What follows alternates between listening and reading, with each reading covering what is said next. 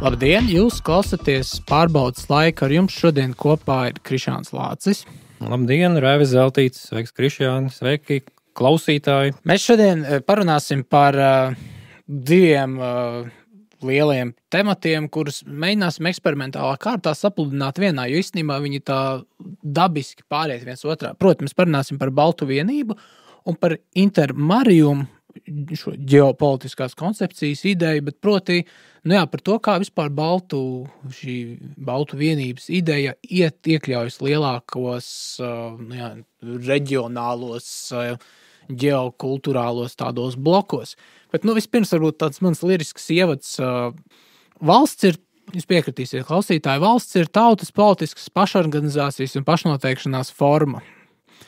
Bet tautas un valstis nedzīvo vakuumā. Tās dzīvo starp citām valstīm un tautām. Proti, nekad nav tāds beztautu teritorija, vienīgi Islanda, kur dzīvo salas un apkārt viņiem tikai vaļi. Bet pat tur viņiem ir bijis jāstrīdās ar Angliju par nozvejas kvotām, un tur arī viens otru taranējis, tā ka pat Islanda nevar izvairīties, viņiem bija NATO bāzes, un kas tik viņiem nebija.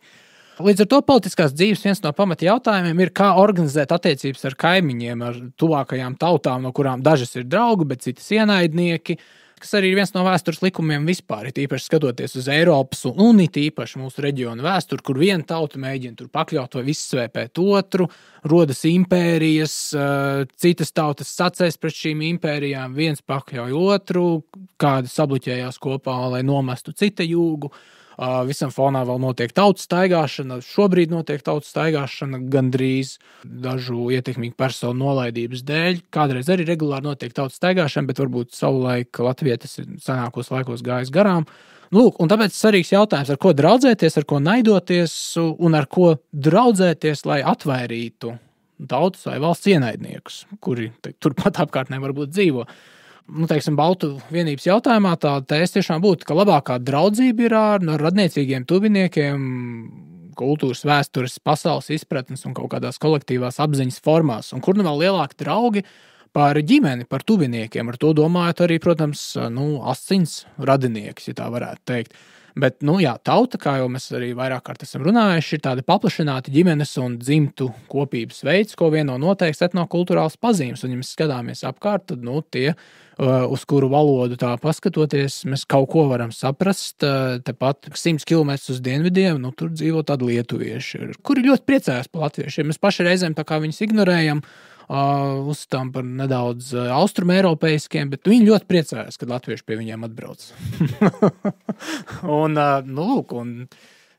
It kā tas standartā mēs esam lūkojušies uz Igauniju, arī Baltijas ietvaros, un arī tā vēsture salīdzinoši nesenākā mums ar Igauniju ir bijusi ciešāka, 700 gadu Livonijas ietvaros, robežas arī šo vācu, bet arī apdzīvojošo tautu novilktās robežas, kuras īpaši nav mainījušās pēdējos 700, 800 gados, kā vācieši viņas noformalizēja, tā mēs joprojām Narva ir turpat, kur ir Narva, un Rēzekne un Daugavpils ir turpat, kur viņi ir vienmēr bijusi pēdējos 800 gadus. Un mēs vienmēr esam kaut kā skatījušies uz Igauniju un domājuši, kā mēs varētu visādi līdzināties Igauniem un kaut kā arī tā kulturāli ir sanācis būt vairāk kopā ar Igauniem, jo tā kungu šķira bija vācieši, un vāciešu kultūra ietekmēs latviešu un igauņu kultūru, un reliģija lielākoties arī ir bijusi līdzīga, luterānisms, ja Latvijas gadījumā neskaita Latgali. Tā vērstība ir kā uz Ziemeļa Eiropai vācisko telpu, bet tomēr ir kaut kas latviešus vienmēr šiem mistiskajām saitēm ir vedis tuvāk lietuviešiem. Par Igauniju arī tīri subjektīvi, braucot uz Igauniju, ir šī sajūta, ka tā ir tāpat kultūra telpa, tieši ar uzsvaru uz kultūru. It kā valodas ir ļoti atšķirīgas, par saknēm tur, lai ģenētiķi spriež, diezgan īstenībā esam radniecīgi, ja tā paskatās. Bet tik un tā, sajūta ir, iebraucot no Vidzemes Igaunijā, ka tā pati Vidzeme jau tur turpinās. Tā ciemati līdzīgi, baznīcas līdzīgas, Tallinā. Viensēts, Tallinā jūties kā mazliet modernākā, bet tomēr Latvijas pilsētā, ja vien nedzirdētu visapkārt igauņu valodu. Līdz ar to ir šī arī tāda Baltijas identitāte, to nevar noliegt. Tīpaši kopš arī atmodas laikiem, kad bija šī kopīgā cīņa pret padomju režīmu. Bet, ja runājam par tautu kā paplašinātu ģimeni, tad šīs saknes ar lietuviešiem, viņas tiešām ir dziļas, viņas ir kopīgas un viņas ir krustu krustiem augušas. Mums mazliet šo kopības apziņu varbūt traucē apzināties. Šī lingvistiskā distance tomēr viņa ir pietiekami liela starp latviešu un lietuviešu valodām. Tās ir atsevišķas valodas, tie nav dialekti, tā kopība ir apmēram kā vāciešiem un angļiem. Kaut kur ir līdzības, bet ne tā, lai es teiktu, ka angļiem un dāņiem vairāk. Man liekas, kā vācu un angļu. Iespējams, jā. Par niansēm tur var diskutēt. Bet nekā ziemeļvāciešiem un austriešiem, piemēram. Bet šīs saknes tiešām viņas ir kopīgas, un kas vēl varbūt traucē šo kopības apziņu apzināties, ir mūsu tā vēstures koncepcija. Mēs visi skolā esam skatījušies uz 13. gadsimta senlatvijas karti, pēdiņās senlatvijas, un tomēr tā ir tāda šodienas projicēšana pagātnē. Mēs tur redzam aptuvenās Latvijas kontūras, tad tur ir kurši, zemgaļi, latgaļi, lībieši, sēļi. Bet 13. gadsimtā pirms tātad Livonijas, šī telpa ir krietni atšķirīga tomēr, un ir jāskatās uz šīm baltu teritorijām, kurā kurši apdzīvoja gan tātad Lietuvas, Latvijas teritoriju un bija radniecīgāki prūšiem. Zemgaļi arī dzīvoja tagadējās Latvijas, Lietuvas teritorijā un bija tuvāki žemaišiem. Sēļi, radniecīgāk latgaļiem, un tad ir divas tādas lielākas baltu ciltis, ledgaļi, leti, dažādi viņus var saukt. Tātad latviešu nācijas pamats, latgaļi un lietuvieši, leiši. Un šīs divas ciltis kalpo kā vēlāk šo divu nāciju tāds pamats. Bet, kā redzam, šī pārklāšanās ir diezgan liela. Izveidojās Livonija un daudz šīs ciltis sadalas pusēm. Un līdz ar to mums tās saknes ir ļoti, ļoti tuvas. Man liekas, arī, ja skatās īstenībā Latvijas-Lietuvas robežu, tad parasti tā, ka visādi geogrāfiskie veidojumi iezīmē tādas dabiskās robežas, un citur Eiropā kaut kāds kalnu grēdas vai lielas upes, ir tās vienlaikus arī valstu un arī pat kaut kāda etnos apdzīvotības areāls. Bet Latvijas gadījumā, ja mēs skatāmies uz dienvidiem, tiešām šīs zemgaļi apdzīvo Lielupes baseinu, bet Lielupes baseins nebeidzās pie, ja mēs šobrīd skatītos pie Žagares vai nezinu, pie Tērvetes, kur tur Augskalne, vai pie Bauskas. Lielupes baseins turpinās un iestiepjās vēl Lietuvā ar tas sazarojošais tīmeklis, un, protams, loģiski, ka zemgaļi tur tālāk arī dzīvo. Mūsdienas Ziemeļlietuvā. Man liekas, šis ir tas ļoti labi, ka tu pieminēji šo tieši tādu sadalītības faktoru, jo mēs iedomājamies, mēs domājam par lietuviešiem, un mums uzreiz nāk prātā tiešām šī lielā tautā, acīm redzot arī pats Mindaugs ir bijis, vai ne, lietuviešu mastautas vai sentautas pārstāvis, jā. Un tad viņš ir apko apvienojas lietuviski runājošās šīs zemes, bet tiešām tas, ko mēs arī aizmirstam lietuviešu sakarā, ka cik lielu lomu ir spēlējuši lietuviešu etnoģenēzē gan kurši, gan sēļi, gan zemgaļi, kurus mēs it kā tradicionāli asociējam it kā no sevi ar latviešiem, ka tie ir tie mūsu etnogrāfiskie priekšteči. Līdz ar to tiešām jāsacina, ka tā bezmazliet lielākā latviešu un lietuviešu atšķirības zīme gluži vienkārši ir tas, ka mums nācās brutāli izskaties. Nācās inkorporēt lielu somugru masu, lielu somugru daļu, teiksim, latviešiem tiešām tā būtu piekdaļa no kultūras, piekdaļa no asinīm, piekdaļa no kaut kādas, ģenētiski īstenībā pat vairāk, tieši tas šīs somugru. Lībiešu, arī Ziemeļkurzemes somugru asinis, kuras mēs saukt šobrīd pa vendiem. Un tad tas mums kaut kādā ziņā atšķir, bet tiešām valodiski, ja mēs skatāmies un ja mēs paklausāmies, ja mēs skatāmies kulturāli, ja mēs skatāmies etnogrāfiski, ja mēs skatāmies, un tas ir īpaši jūtams Zemgalē un Žemaitijā, un ja mēs skatāmies, piemēram, folklorā, tāds kardziesmas, tāds žanrs, tur mēs redzam, ka tas, kas it kā mākslīgi tika pārcirsts pirms 800 gadiem, ka tas ir dīvainā kārtā tajās zem visām politiskajām struktūrām turpinājies. un palicis. Pirms es par šo komentēju, atgriežoties pie šī te robežas jautājuma, īstenībā iedziļinās, tad tā robeža starp Latviju un Lietuvu tā kulturāli un valodnieciski nav nemaz tik strikta. Piemēram, žemaišu dialekts, viņš ir daudz līdzīgāks, vismaz vārdu krājuma ziņā, latviešu valodai, jo tur ir jūtama šo te asimilēto kuršu ietekme. Savukārt latgaļu dialekts vai valoda ir arī savukārt tuvāks lietuviešu valodai. Daudz vārdu ir arhaiskāki nekā pārējā Latvijā. Tanīpat laikā, jā, kā jau minēju, nevaram runāt īsti par tādu dialektu turpinātību, ka mēs tā dabiski varētu iet Lietuvā un viegli saprasties. Tā šķirtība ir.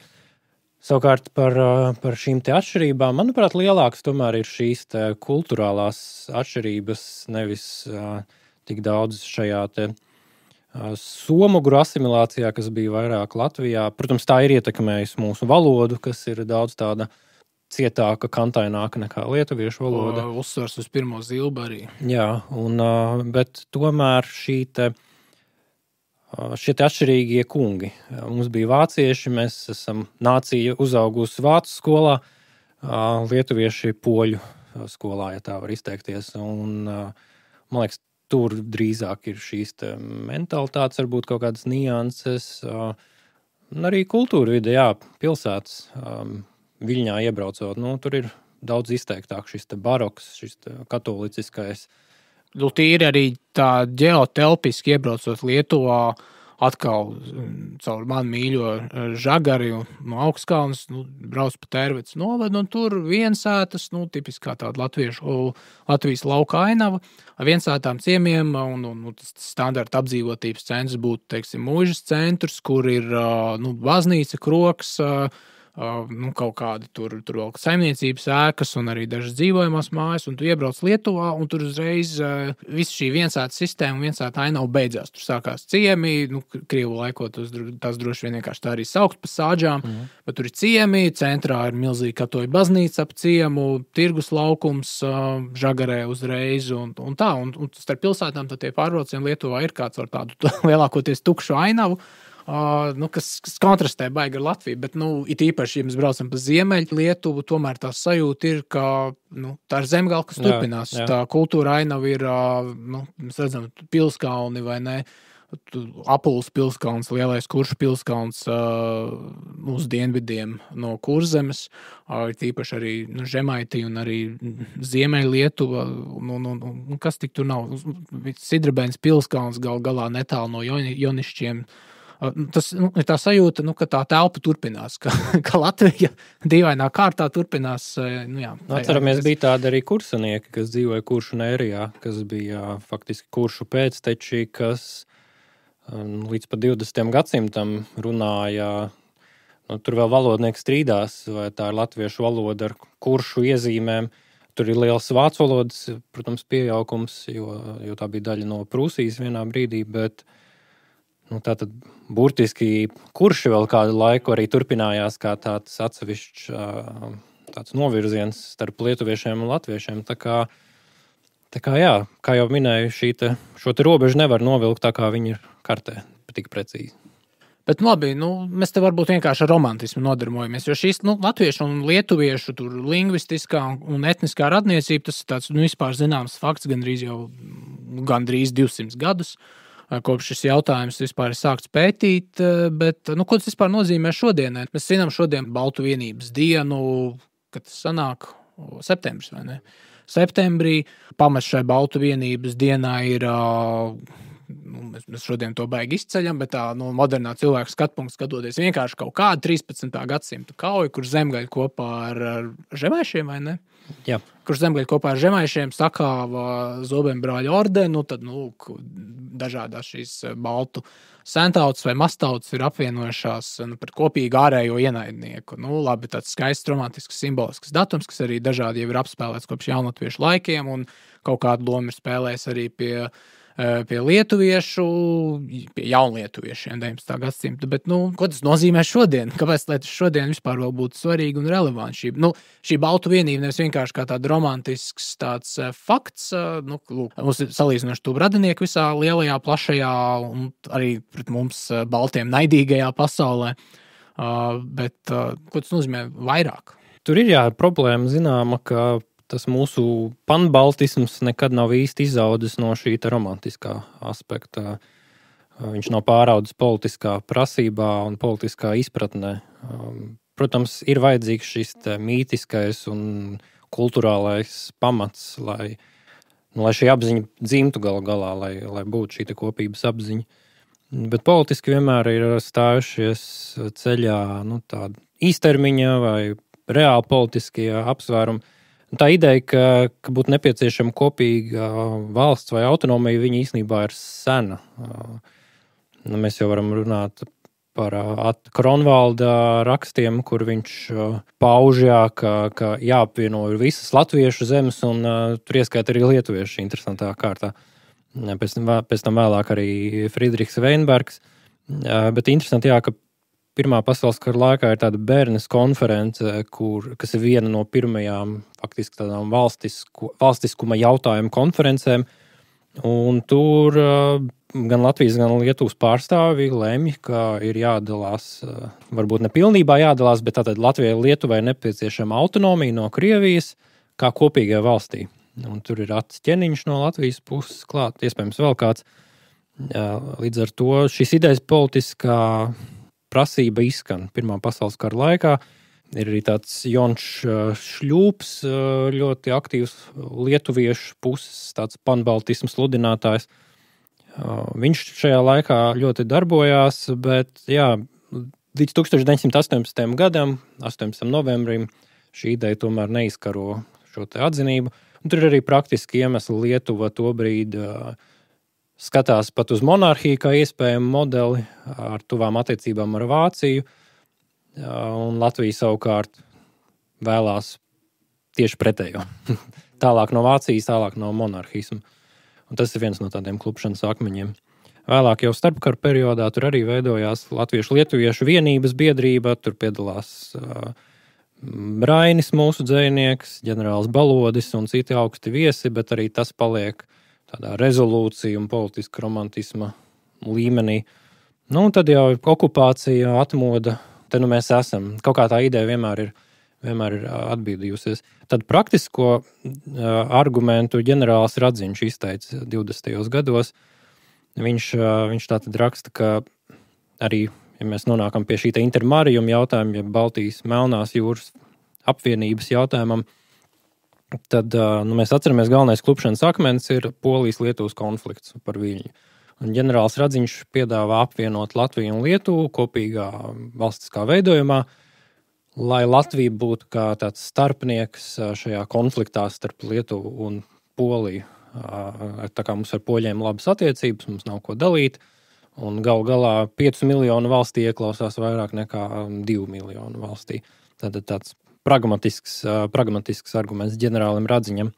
Jā, vairāk, diemžēl, šādu tieši racionālu, pragmatisku argumentu ir grūti atrast. Vairāk tad rodās tas jautājums, ka mēs tomēr esam diezgan atšķirīgi, lai gan it kā radinieki, bet te gan pēc analoģijas man gribās atgādināt, ka par Latgali jau arī bija ilgi tāda diskusija, vai tad viņi ir daļa no mums, vai ne? Tīpaši 20. gadsimta sākumā kurzemnieki, vidzemnieki tomēr daudzi skatās, ka Latgale ar, ekonomisku atpalicību, augstu analfabētismu līmeni, katolicismu, tolaik konfesijai bija milzīga nozīme. Arī daudz Latgalē tomēr ilgu laiku Viķepskas guberņā ir bijuši nodalīti no pārējās Baltijas autonomijas, bet tomēr šīs saknes ir svarīgāks arguments. Kā fakts, ka Latgale vispār ir daļa no Latvijas, vienīgais attaisnojums šim faktam ir tikai vienīgi etnisks, ka Balti, latgaļi vai ne, dzīvo nu, tur kaut kur līdz Abranai aptuveni gar visām tām Zilupas robežām. Tur viņi aptuveni dzīvo. Protams, senākos laikos Balti vispār dzīvo līdz Maskavai, vai ne?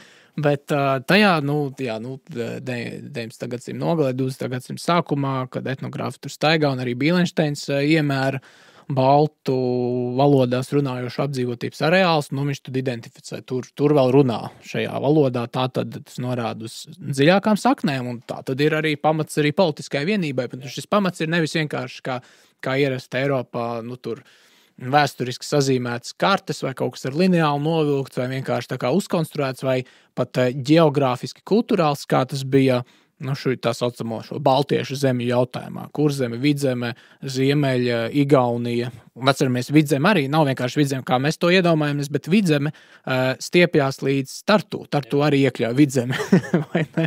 Bet, un tas ir tikai vēstures apstākļu un kaut kādā ziņā šīs vācu iekarotāju šķiras vai elites vai kārtas interešu tāds kā atspoguļojums ģeogrāfiskos formējumos, bet iemesls, kāpēc ir Latgala un iemesls, kāpēc pēkšņi Ziemeļvidzemē robeža iet it kā pa vidu un sadalot Vidzemes pusēm, ir tīri vienkārši etnisks.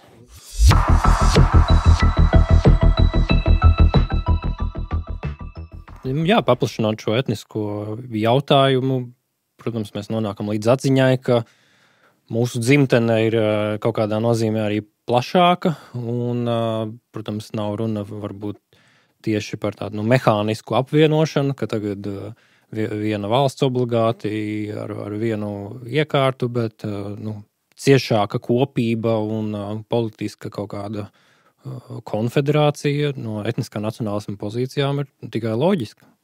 Es varu pastāstīt savu personīgo stāstu par panbaltismu ideju. Proti, es ļoti ilgi uzskatīju, ka tas nav nekas nopietnas, tā tiešām ir vienkārši šāda romantiska 13. gadsimta atzimšanas teorija un tā, bet tad es noskatījos dažas izcilā igauņu etnogrāfa, filmu režisora, arī valsts prezidenta Lenārta Merija filmas par somugriem. Par somugru šo tautu etnogrāfiju un paražām, kuras viņš padomju laikos filmēja. Kur šīs filmas lielā mērā arī diezgan tādu lielu lomu spēlē panurālisma, jeb somugru tautu vienības kustībā. Viņš tajās filmās ļoti labi rāda, kā piemēram tādas somugriem raksturīgas idejas un koncepti, kā ūdensputna kults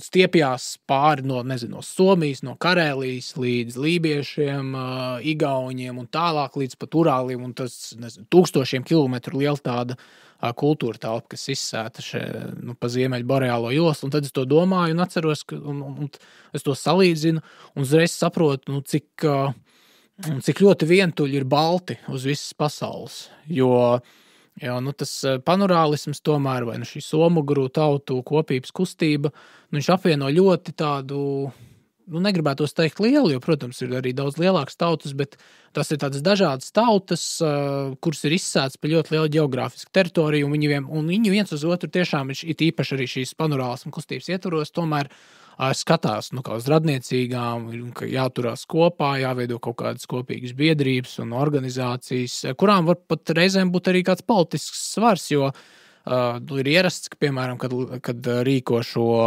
panurālisma kongresu, man liekas, ik gadu vai ik pēc pāris gadiem, un nesenākais notika šogad Igaunijā, viņi, piemēram, nosoda Krievijā kā šīs etniskās Krievijas pamatiedzīvotāju tautas, arī somugru izcelsmes, kā viņas tur tiek apspiestas, un tad tur visāds arī intrigas notiek, un tam līdzīgi. Tad es tā salīdzinu ar baltiem un secinu, ka salīdzinājumā ar panurālismu balti, kuri vispār ir uz izmiršanas sliekšņa, un pēdējos 1500 gadus baltu teritorijas kaut kādā ziņā atkāpjās, un kur tomēr balti ir tik ļoti unikāli, tik ļoti tomēr atšķirās no slāviem. Lai gan baltus un slāvus mēdz saistīt kopā, tie noteikti nav absolūti, nav viens un tas pats, un, manuprāt, būtu arī pat pamats runāt par slāviem vai protoslāviem kā tādu dienvidu baltu atzaru.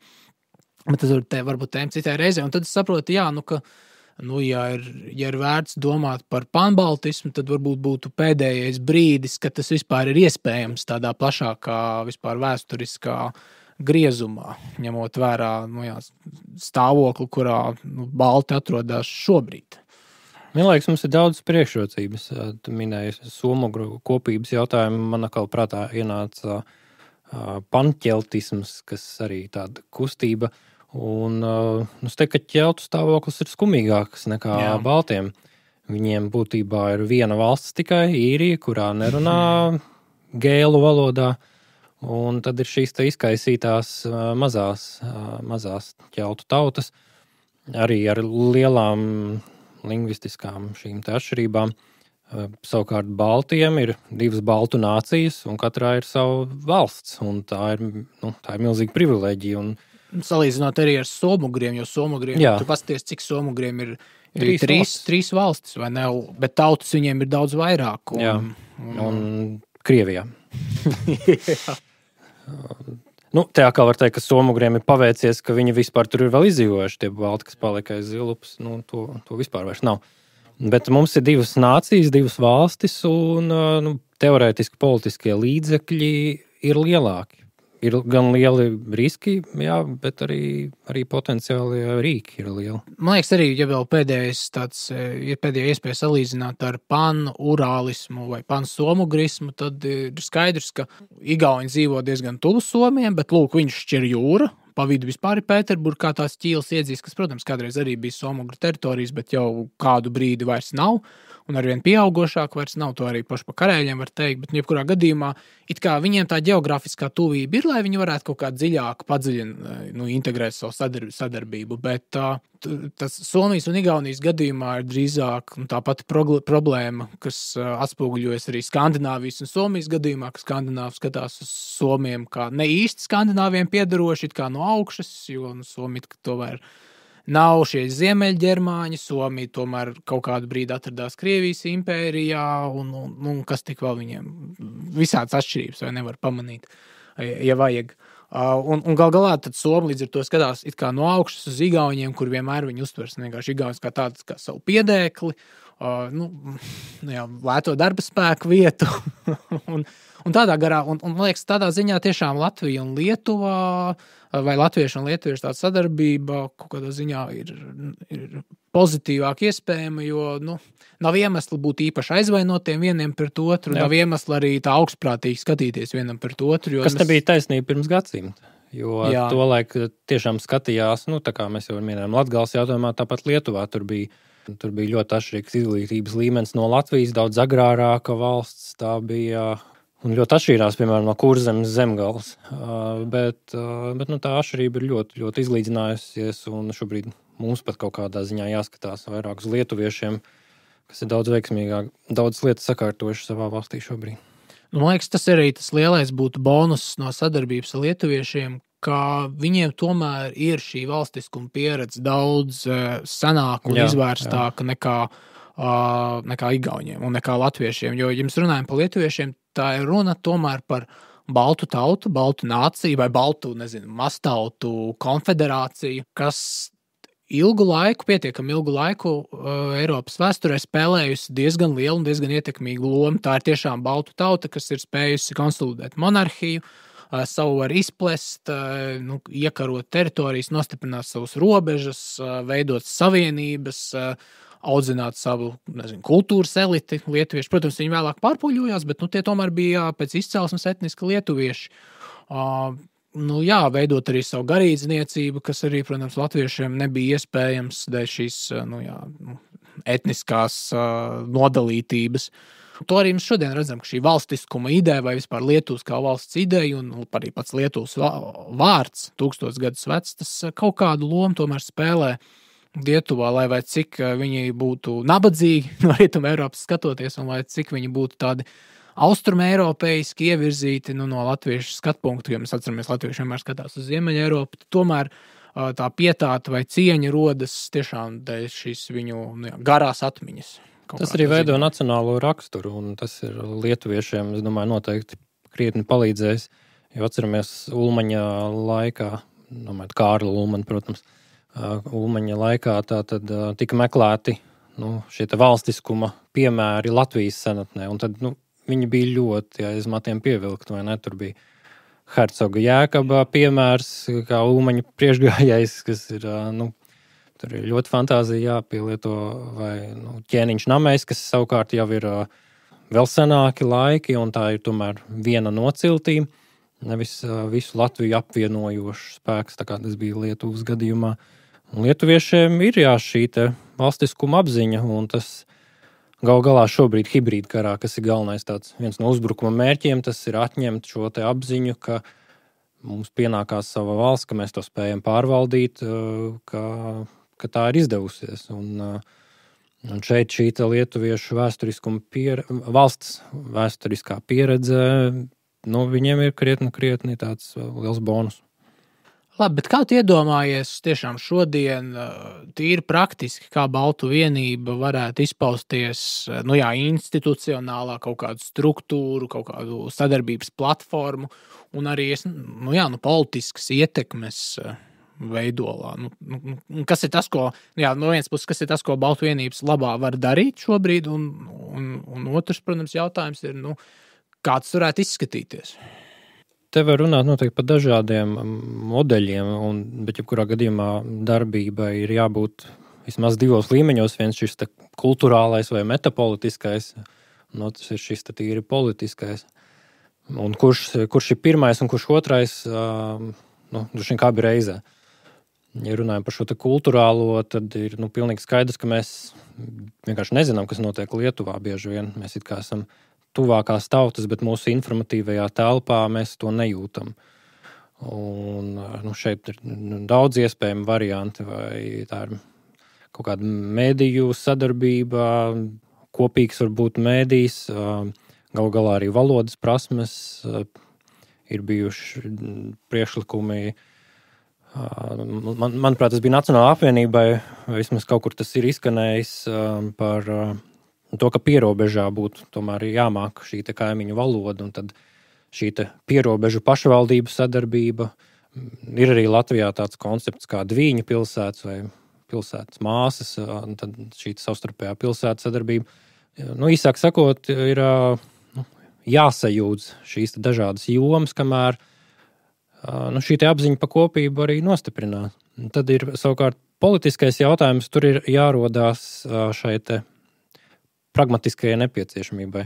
Jo kā tika izveidota Eiropas Savienība savulaik, tika izmantots ekonomiskais moments, šī ogļu un tērauda savienība, apzinoties, ka Eiropas vienības ideja, viņa nedzims un nepārtaps realitātē tikai aiz ideālismu, ka ir jābūt ekonomiskam kaut kādam izdevīgumam vai politiskam. Dzelzceļi mums iet uz Lietuvu. Jā, ar dzelzceļiem varētu nepietikt. Iespējams, tas ir drošības jautājums, jo tīpaši šobrīd hibrīd karā mēs saprotam, ka mēs ar lietuviešiem esam vienā faktiski frontē pret Baltkrieviem. Un ir interesanti, ka, piemēram, Lietuva spēja ātrāk sakārtot šo robežu par Latviju. Un man nebūtu nekas pretī, ja Lietuvas iekšlietu ministrijā uzņemtos mūsu zināms jomas. Varbūt tur savu lomu atkal spēlē. Lietuvas vēsturiskais valstiskums, un ko nozīmē valstiskuma apziņa? Valstī ir robežas, kur ietvaros šī valsts vispār spēja funkcionēt, tauta spēja pašorganizēties un pašnoteikties. Un, lai vispār tad valsts būtu valsts, jābūt robežām.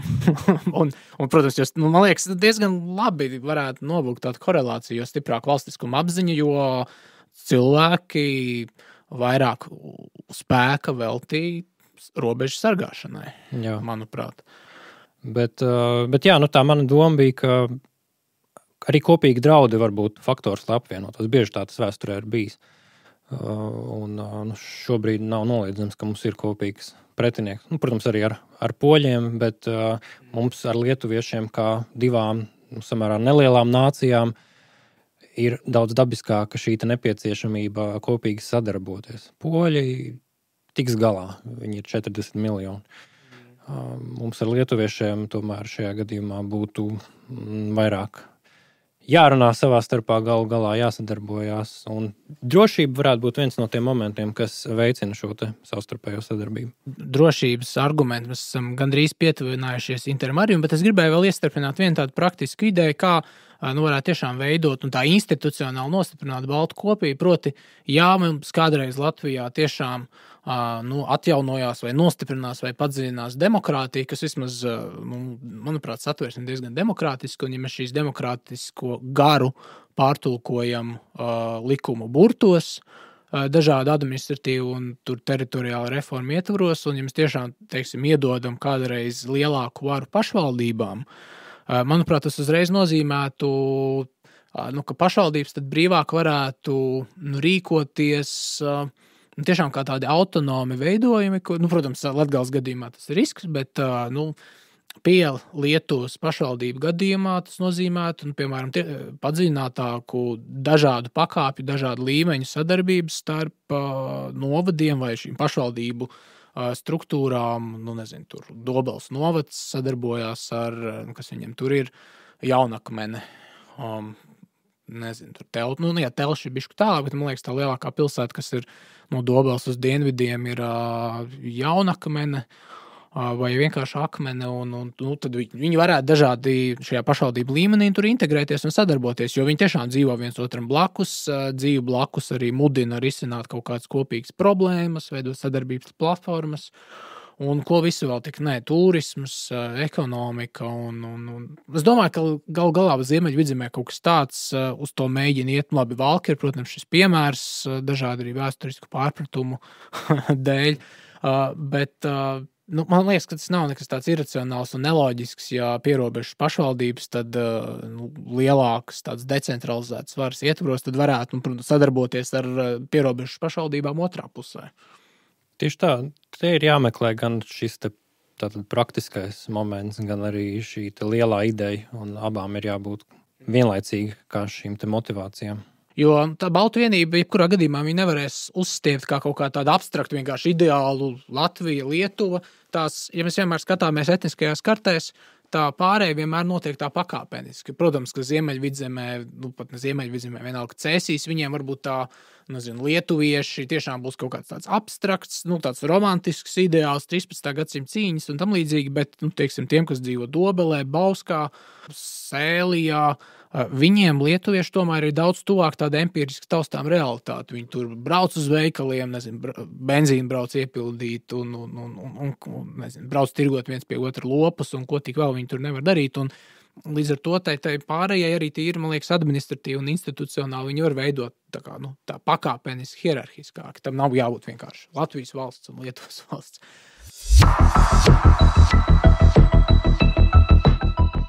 Protams, drošības faktors. Mēs runājam par draugiem un draugu meklēšanu tuvējā apkārtnē. Vislabākie draugi mēs konstatējam varbūt radinieki lietuvieši. Mēs skatāmies, lietuviešiem ir atkal caur lietuviešiem, tad mums paverās tilts uz daudz plašāku tādu ģeopolitisku konstelāciju kā Intermarium, jo lietuvieši, baltu tauta ir izveidojusi savu ilglaicīgi dzīvojusi unijā kopā ar poļiem, kā mūsu reģionu tādu vienu, vismaz vēsturiski savulaik vienu no ietekmīgākajām tautām un vispār tādiem valstiskā veidojuma uzturētājiem.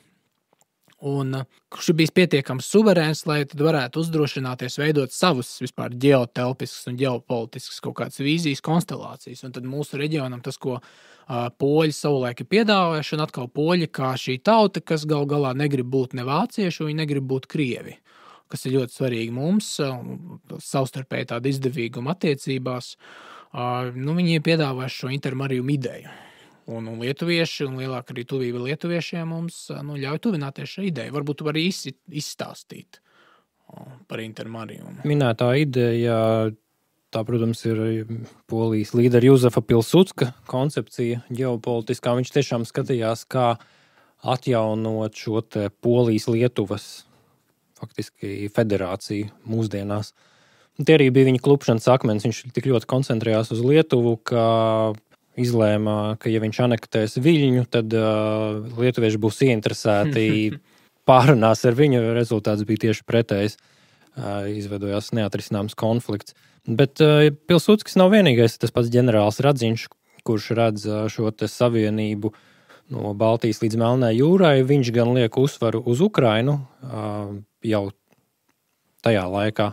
Jā, galu galā arī karojas Ukrainas pusē, līdz ar to iepazina šo valstu. Viņš redz šo te Ukrainas izšķirošo lomu kā ar šo te lielāko potenciālu. Ja Ukraina tā tad ir brīva, tad Krievija vairs nav impērija, un šis te apvienotais spēks ir tāds, ka Krieviju var iegrožot. Un tad ir Ukraiņiem arī Jurijs Lipa, domātājs, kuram arī ir sava koncepcija. Tā kā šīs domas pirms gadsimta ir, un viņas balstās nenoliedzamā ģeopolitiskā loģikā, ka starp Vāciju un Krieviju vai Padomju Savienību ir daudzas mazas tautas, un tikai apvienojoties un kopīgi rīkojoties, viņas var saglabāt savu brīvību. Un vēsture to tā arī apliecina, ko līdz šī Vācija vai Krievija kļūst stiprākas un vēl apvienojās, tad arī zūd faktiski šīm asins zemēm, kā tās arī sauc, zūd brīvība. Protams, ir loģiski, ka šī ideja tādā vai citādā veidā atzimst šobrīd, ņemot vērā Krievijas revanšismu, Krievijas un Vācijas arvien draudzīgākās attiecības, nevairs gluži kā varbūt Molotova-Ribbentropa pakts, bet tik un tā ekonomiskas rīcības ar ģeopolitiskām sekām un arī drošības sekām. Un protams, Intermarium vārds atkal atskan. Viņš atskan Polijā, Ukrainā, Lietuvā, dažādos jaunos formātos, kā Triju jūru savienība, Višegrads četrnieks, Ļubļinas trīstūris. Tas ir tikai loģiski un dabiski, un tur nav jāsatraucās par kaut kādu 4. reihu, kā tur satraucās Rebaltikas padomnieki no Maskavas vai kaut kā tam līdzīgi. Bet tas sanāk, ka vienīgais, kas vieno Intermarium kā tādu plašāku ģeotelpisku telpu, ir vienkārši kopīgs ienaidnieks vai kopīgi ienaidnieki. Un tad vēl, protams, šīs drošības intereses, ne tik daudz kaut kādas tiešām pirmajā brīdī varētu šķist ne tik daudz kaut kādu kultūras vai etniskā vienotība. Ja mēs paskatāmies, tā etniskā karte ļoti raiba. Intermarium, balti slāvi un kas tur vēl, ja mēs paņemam klāt igauņus, somugri, protams. Ungāri. Ja viņi ieskaitam. Ja viņi grib sadarboties. Un tiešām, tas pirmais intuitīvais jautājums ir, vai tas, kas vieno šo lielo telpu, ir vienkārši tāds tīri pragmatiska vēlmes samesties kopā pret kopīgiem ienaidniekiem. Tas nav vienīgais, bet es gan ģeopolitiski, gan arī uz cilvēku joprojām skatos pēc Maslova piramīdas principa, un drošība ir viena no pamatvajadzībām. Un tie argumenti, kas palīdz realizēties lielām politiskām idejām. Bet, protams, ir arī šī te identitāte. Un kopīgā identitāte ir veidojusies šajā Polijas, Lietuvas vai Žečpospoļitas kultūras telpā, kas bija tāds, nevar teikt, starpposms, bet tāds trešais spēks starp Vāciju un Maskaviju vai Krieviju, kur pastāvēja cita veida politiskā kultūra, kur bija viena no faktiski pirmajām Eiropas demokrātijām Polijā izveidojās, kur bija šī reliģiskā tolerance netipiska tā laika Eiropai, kur veidojās zināmas kopīgas iezīmes, kas galīgi tā nebija despotiskajā, austrumnieciskajā Krievijā vai Vācijā, kur varbūt šīs atšķirības nebija tik lielas, bet tomēr atšķirīgas. Man liekas, ka Baltu vienības sakarā ir svarīgi tieši norādīt, ka gan Žečpospoļitas ietvaros, gan kaut kāds iespējams nākotnes Intermarium savienības ietvaros, tur, parādās tieši šis reģiona multikulturālisms, jo jau agrīnā Lietuvas lielkunigaitija, tā ir tāda multikulturāla valsts. Tur dzīvo šie balti dažādi, kas tajā brīdī vēl joprojām ir lietuvieši, kurši zemgaļi, kur tad tiek jātvingi, kuri tiek pamazām integrēti. Un otras puses mēs skatāmies uz austrumos, uz inkorporētajām bijušajām Kijevas Krievzemes zemēm. Tur dažādi slāvi, dažāds arī reliģijas, vispār pagānisms vēl 14. vai pat 15. gadsimtā ar visu žemaišu pievienošanu. Tā ka tieši šie tādi etnokulturālie bloki, kuriem kaut kādā ziņā ļauj dzīvot mierā pašiem pa sevi, vai vēlāk tas jau ir Krievijas impērijas laikā, ebrejiem arī ļauj dzīvot pašiem pa sevi. Kas, manuprāt, ir šīs intermarījuma telpas tā kā priekšrocība, tad Baltiem, teiksim, savs tur kaut kāds kultūras tāds areāls un pastāvīgs areāls, kas neizbēgam paredz, ka šī visa telpa ir jāorganizē kaut kā tā federatīvi, nedaudz decentralizēti, proti, kaut kāds kopīgs militārs struktūras, kopīgs aizsardzības, vienības vai robežu būves un apsardzības vai kopīga ārpolitika, bet, tad, kā jau tādos federatīvos ģeotelpiskos veidojumos, tur reģioni un vietvaras un kaut kā dažādi tur etnokulturālo kopību bloki, tad viņi tur dzīvo paši pa sevi, bez, kā jau raksturīgi Krievijai, bez tāds, dzels dūris, kur tad mēģina viss apvienot un asimilēt un pataisīt, piemēram, tatārus vai tos pašus nabaga tur somugurus par rosijaņiem, kā pa viņiem runā, jo es tieši redzēju šo tādu diezgan traumatisku interviju, ka tas viens Marija aktīvists, Somugru tautas pārstāvs Krievijā, viņam tā tiesnesis saka, kāpēc jūs runājat ar mani Marija valodā, tas ir Marija L. Republikā, vai ne, Krievijā, pat tāds nosaukums.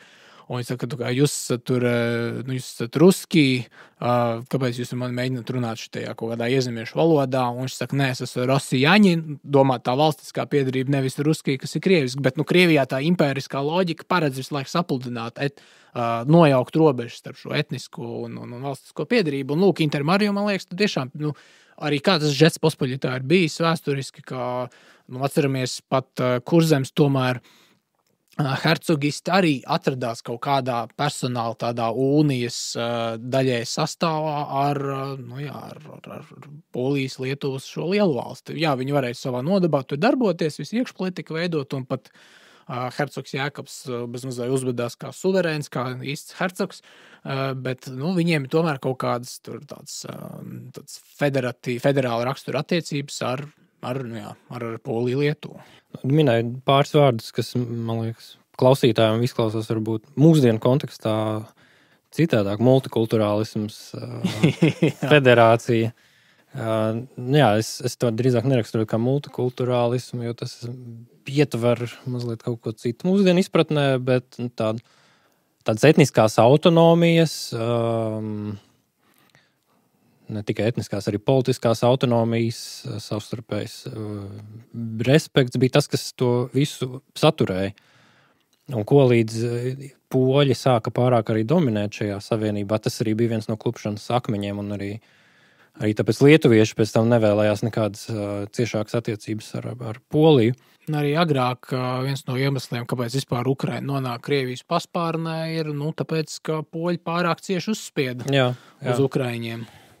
Savukārt, ja veidojās kaut kāda kopība, kur ir, piemēram, ukraiņi un poļi vienlaicīgi, tur jau divas lielas nācijas vienu otru līdzsvaro. Un šis te līdzsvars, savstarpējie cieņa, kas principā ir tādas rietumu kultūras vērtības, un tas ir arī tas, kas to visu var saturēt un nenovest līdz kaut kādai vienas nācijas dominancē.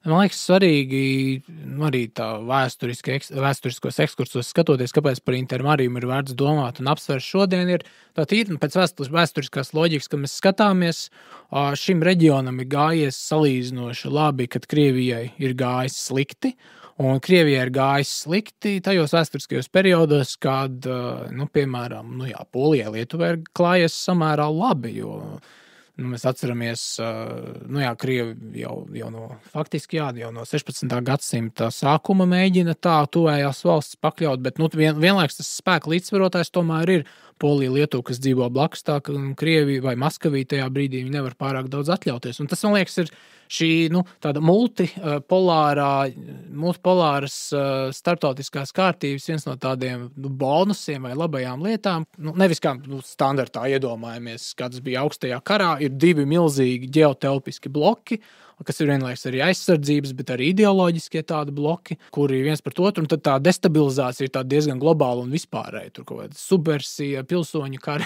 viens pret otru, kā tas augstajā karā notika.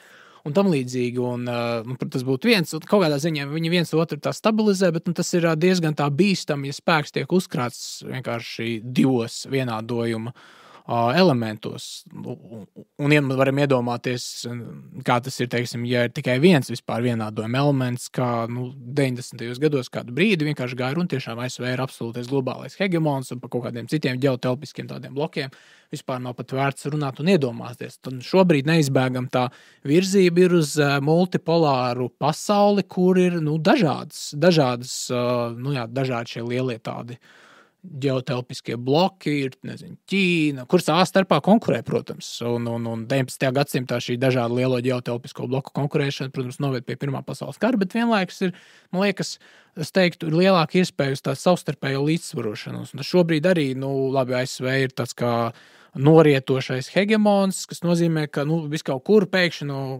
izsprāgst kurmju galvas lielajā pasaules dārzā, tad Turcijā savu bijušo kultūru telpu piesaka kaut kādas pretenzijas, Krievija, protams, uz savu bijušo telpu, Ķīna, Amerika vēl joprojām kaut ko mēģina, tad vēl ir islāma pasaule, un tad pasaule pēkšņi sāk izskatīties pēc tāda raiba deķa, kā savulaik Samuels Huntingtons to arī tā mēģināja iezīmēt tādi lieli kaut kādi ģeokulturāli bloki, kur tad savā starpā dažādi berzējās, bet vienlaiks arī savā iekšienē mēģina kaut kā konsolidēties, un, es nezinu, Intermarium tad arī šeit parādās kāda iespēja, bet tad tas pirmais jautājums būtu no naivā klausītāja, labi, bet kāpēc Intermarium nevis Eiropas Savienība? Jā, tur bija ļoti daudz momentu, kurus varētu izvērst. Ja runājam par šo unipolāro pasaules kārtību ar Amerikas, faktiski, var teikt, impēriju, lai gan viņi kautrējās sevi tā saukt, tad tomēr tā ir bijusi kārtība, kas mums ir bijusi ļoti izdevīga daudzos aspektos. Līdz ar to nevajadzētu arī pārāk zāģēt to drošības zaru, uz kura mēs šobrīd sēžam, proti 30 gadus mēs esam bijusi neatkarīga valsts lielā mērā, tāpēc, ka bija šī Amerikas izveidotā kārtība, un par laimi mēs paspējām laicīgi iestāties arī NATO. Diezgan skaidrs, ka ne franči, ne vācieši neskatās uz mazajām nācijām ar šo amerikāņu demokrātisko pienākumu sajūtu. Kā to tātad amerikāņi skatās uz mums. Vienlaicīgi šī pāri uz kaut kādu multipolāru kārtību, tas nav jautājums patīk vai nepatīk. Tā ir kaut kādā ziņā realitāte un ir vienkārši jāsaprot, kā tai pielāgoties. Un es nedomāju, ka tas būs, tā pārēja būs tā, ka bija viens un tagad ir otrs. Tas ir tāds pārmaiņu process. Viens no tādiem momentiem ir dažādi politiski, ekonomiski un citi formāti, kas pastāv vienlaicīgi. Skaidrs, ka Amerika arvien vairāk skatīsies uz Ķīnas jautājumu, jo Ķīna ir galvenais Amerikas ģeopolitiskais konkurents. Un vienlaicīgi ir Krievija, kas ar daudz mazāku iedzīvotāju skaitu un ekonomiku tomēr mēģina parādīt, ka viņi arī ir Amerikai vienlīdzīgs konkurents kā Ķīna, un dara visu iespējamo, lai izceltos visādi mums par nelaimi. Un tad ir jautājums par Ameriku, kā tā var savus resursus pārdalīt šajā jaunajā realitātē, kur, kā vienā no iepriekšējiem raidījumiem arī minēju, pēc otrā pasaules kara Amerika viena pati sastādīja apmēram 40% no visas pasaules koprodukta. Tādu ekonomisko jaudu tu vari uzstādīt savus noteikumus un konkurēt globāli daudz vairāk nekā tas ir šobrīd Amerikai. Tas, kas drīzāk šobrīd ir jāskatās, kā mēs varam radīt šos win-win modeļus, kur mēs paši vairāk uzņemoties kaut kādu atbildību, vienlaicīgi atslogojam Ameriku no visas pasaules policistu lomas, protams, saglabājot tos formātus kā NATO, kas joprojām ir galvenais atturošais spēks attiecībā uz Krieviju. Tradicionāli mūsu reģionā šī anglo-sakšu vai anglofonā interese vienkārši ir izpaudusies kā spēku līdzsvaru iedibināšanas interesi, jo kādreiz, piemēram, ir šīs īpašās tādas Anglijas-Polijas attiecības savulaik bijušas, kāpēc arī vispār visa epopeja ar Otro pasaules karu tā izvēršās.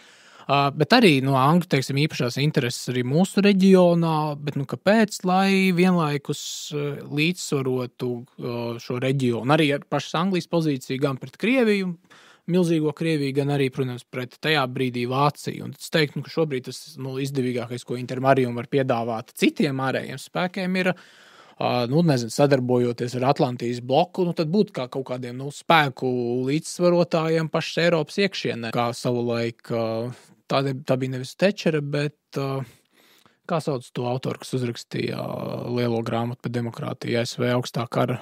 Tas jautājums bija, kad es zvanu Eiropai, kam es zvanu uz Eiropu?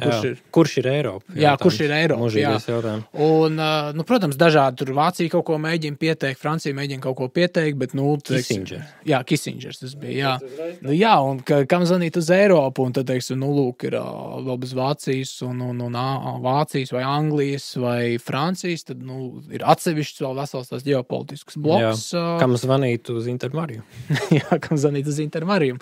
Jā, bet galvā, kāpēc Intermarium nevis Eiropas Savienība? Jo Eiropas Savienības tas optimistiskais mērķis, kāpēc viņi tika radīta, bija, lai būtu it kā sava tāda vienota ģeokulturālā, arī ekonomiskas sadarbības kopiena, kura nav ne it kā Krievijas vai tajā brīdī Padomju Savienības paspārnē, ne arī pilnībā tur, amerikāņu globālo interešu apkalpotāju. Un tad mēs redzam, teiksim, arī tie vācieši vai tie franči, viņi mēdz arī uz Ameriku skatīties caur šo Eiropas Savienības prizmu, kā kaut kādiem tur sliktajiem vai konkurentiem vai kaut ko, kas viņiem tur traucē būt sev pašiem, bet tas viņiem netraucē gal galā izkalpoties Krieviem.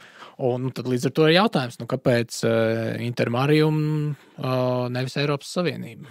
Šeit es arī negribētu tik strikt novilkt šo līniju, jo pat poļi, kuriem ir visvairāk iemesli šobrīd apvienoties uz Eiropas Savienību, pat viņi uzsver, ka viņi nav pret Eiropas Savienību, ka viņiem vienkārši ir cita izpratne par eiropeiskajām vērtībām, par nāciju valsts lomu, un arī Polijas sabiedrība kopumā ir vairāk eiro-optimistiska nekā, piemēram, franči, kas ir vai ne interesanti. Bet tev var būt dažādas pieejas. Viens ir veidot kaut kādu iekšējo opozicionāro grupējumu Eiropas Savienībā, ja te ir jautājums tīri matemātisks, vai tur sanāk balsis. Man izskatās, ka nesanāk. Otrs ir variants B Eiropas Savienībai gadījumā, ja tā turpina esošo kursu, kas ir totāli neieklausīšanās Austruma Eiropā, Centrāla Eiropā, ideoloģiski uzstādījumi no Briseles, sodīšana, šāda pazemojoša izturēšanās pret Poliju, Ungāriju, nekā pret līdzvērtīgām valstīm. Būtībā to Eiropas Savienības pamatu nograušana, kas bija Eiropas Savienības šī ideja, kristīgi nacionāla būtībā. Divi tādi vaļa nācijas valsts loma, kas bija ļoti svarīga pēc Otrā pasaules kara. Daudz no Eiropas Savienības tiem idejiskiem tēviem, viņiem bija tas tāds pēckara pat kristīgi katoliskā kaut kāda tāda iedvesma, ka kristietība varbūt būs tā, iemesls apvienoties Eiropai, tāpēc, ka Eiropa ir šī kristietiskā it kā telpa, un tā ir vienīgā tāda kopīgā pazīme ar šiem reģionam. Tā bija vienojoša ideja, bet tur arī bija respekts pret nacionālajām interesēm. Un tāpēc arī bija šis pragmatiskais Eiropas apvienošanas moments caur ogļu un tērauda savienību, tā, lai katrai nācijai būtu arī tā, nacionāla egoistiskā interese tajā visā. Tad šobrīd mēs redzam, ka šo te kulturālo vienojošo momentu, tas tiek aizstāts ar, faktiski anti-eiropeisku ideoloģiju, antirietumniecisku, antikristīgu. Savukārt šis te izdevīgums, tas vēl ir tas, kas satura Eiropas fondi vai ne, nāk tomēr politiskai elitei un arī pašiem iedzīvotājiem tomēr ir izdevīgi, ka tur ceļus saremontē, ka kaut kādi tur sociālie projekti, to visu nevar noliegt. Nav viss tikai slikti, bet kurā brīdī šis te izdevīgums un šī te sāpe par šo te ideoloģisko momentu, kurā brīdī šis līdzsvars zūd. 2015. gadā ar imigrantu kvotām mēs bijām ļoti tuvu tai robežai, lai rastos jautājums, kāpēc tad mēs te vispār esam, ja tiek tik ļoti nerespektēts nacionālās valsts būtībā. Lielbritānija izstājās. Jā, te ir sekas, un vai Briseles elite kaut ko ir mācījusies? Man, diemžēl, neizskatās, ka ir. Varbūt vēl pēdējā replika, ka Intermarium šāds bloks, teiksim, Eiropas Savienības ietvaros vienkārši atzīst to realitāti, to faktisko realitāti, kā angliski saka, uz zemes, ar ko arī nākas sastapties, teiksim, dažādiem sociologiem, kur pētīja Eiropu, ka, Eiropa jau nav viendabīga, neizbēgam tas dažādi, kas pēta arī Eiropas Savienību, viņi novalk, teiksim, lielo tādu dalījumu starp Ziemeļu un Dienvidu Eiropu, tad Ziemeļa Eiropa ir tie, kuri šis dalījums pat parādās pat Itālijas ietvaros, ziemeļos ir tie, kur tad saražo to visu naudu, un, strādīgi, inovatīvi uzņēmumi un taupīgi un vispārējais.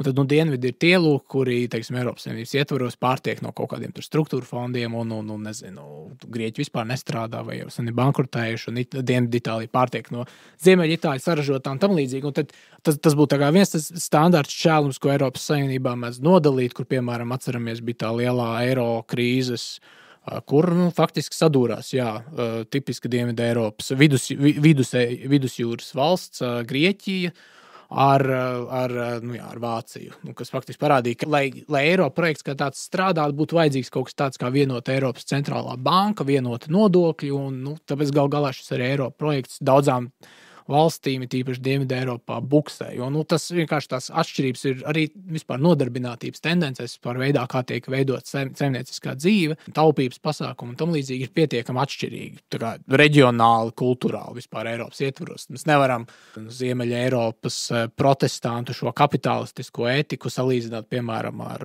to var salīdzināt, bet tā atšķirība ir pietiekami liela, piemēram, attiecībā pret Dienvidu Eiropas kaut kā tur katolisko izpratni par vispār ekonomisko dzīvi, par darbu kultūru un vispārējo. Un tas pats arī, Intermarium galā arī liek apzināties šo robežu šķirtni starp bijušajām Krievijas okupētajām vai Krievijas ietekmes sfērā dzīvojušajām sociālisma zemēm, padomju okupētajām zemēm. Un starp to, kuri pēc kara dzīvoja kā zem Amerikas kodola lietussargu. Un tā arī pietiekami liela robežšķirtne, kur arī parādās kaut vai Balkānos, parādās tīpaši arī pašā Vācijā.